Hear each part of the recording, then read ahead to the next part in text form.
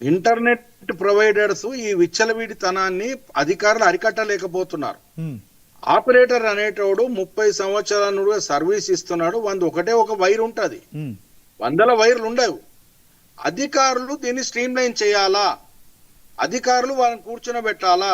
Okay, దీనికి శాశ్వత పరిష్కారం ఏంటనేది మీతో మాట్లాడతాను. ఒకసారి మీరు అలాగే ఉండండి సార్. ఇక్కడ సురేష్ గారు, పమ్మి సురేష్ గారు ఉన్నారు, ఆయనతో మాట్లాడదాం. సురేష్ గారు నమస్తే. నమస్తే. మీ జూమ్ ప్రాబ్లం అవుతుంది మొదటి నుంచి, మరి అన్మ్యూట్లో ఉన్నట్టున్నారు.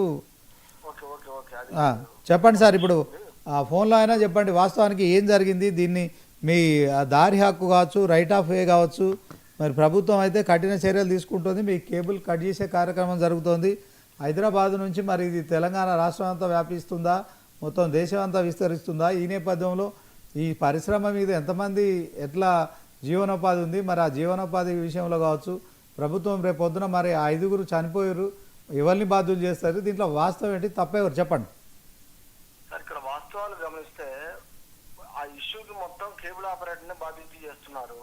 వాస్తవంగా ఆప్టికల్ వైర్ లో కరెంటు ప్రవహించదు. కామన్ గా ఆల్రెడీ ఆర్ఎఫ్ టెక్నాలజీ ఎప్పుడో పోయింది. ఎప్పుడైతే డిస్టిలేషన్ వచ్చిందో ప్రతిదీ కూడా ఆప్టికల్ ద్వారానే ఇంటికి